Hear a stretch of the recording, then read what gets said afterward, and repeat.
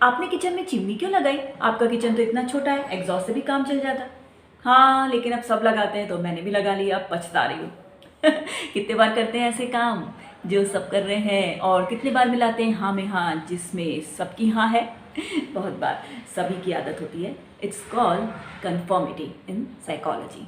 Okay, अब इसको समझते हैं। देखिए, आपकी मेरी हम सबकी, जो मेरे उम्र के लोग हैं, उनसे बड़े लोग हैं, उनसे छोटे आसपास के लोग हैं, उन सबकी ज़िंदगी बीत चुकी।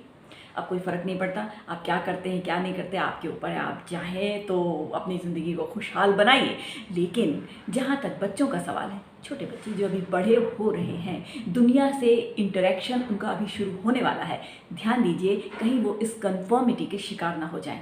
अब देखिए, कन्फर्मिटी क्या होती है कि जब हम ग्रुप के हाँ में हाँ मिलाते हैं, जो सब लोग कर रहे हैं वही हम भी कर रहे हैं, जस्ट बिकॉज ऐसा ना हो जाए कि लोग हमारी मजाक उड़ाएं, या लोग कहें कि ये तो अपनी मुर्गी की एक डेढ़ टांग अलग ही चलाते हैं, तो किसी के साथ खड़े ही नहीं होते।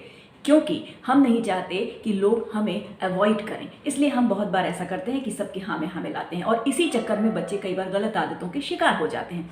ठीक है, आप इंडिविजुअली उनसे बात करिए, वो कभी भी अग्री नहीं करेंगे गलत बातों को, लेकिन सबके बीच में वही व्यवहार करते हैं। तो इस कन्फर्मिटी का जो एक प्रॉब्लम है, उससे सुलझने के लिए आप कोशिश कीजिए कि अपने खुद के व्यवहार में इस चीज़ को न लाने दें कि बच्चे ये देखें कि हमारे पेरेंट्स तो वही करते हैं जो दूसरे लोग भी करते हैं।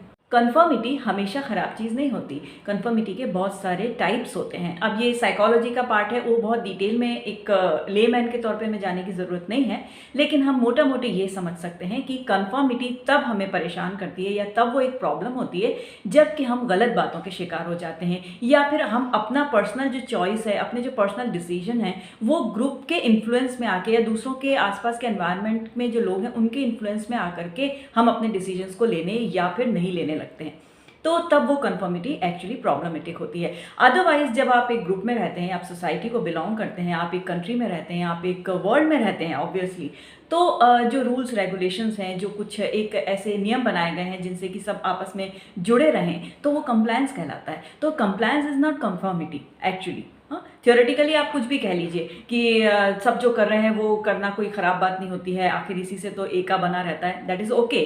बट जब पर्सनल लेवल पे ये बात आने लगती है, तब वो हो जाता है कि हम कन्फर्मिटी के शिकार हो रहे हैं, और वो चीज़ हमारे डिसीजन मेकिंग को, हमारे डे टू डे लाइफ को इन्फ्लुएंस कर रही है। तो इस बात को लेकर के बीइंग पेरेंट हमको ये चीज़ के लिए अवेयर रहना चाहिए कि हमारे बच्चे बराबर डिमार्केशन समझ सकें इस बात का कि हमें कहाँ लोगों को फॉलो करना है, कहाँ दूसरे ग्रुप को फॉलो करना है, कहाँ हमें क्या बात करनी है, और किन बातों को लेकर के हमें अपने खुद के डिसीजंस लेने हैं और उस पर स्टिक रहना है। तो that is called actually a good wholesome personality, right.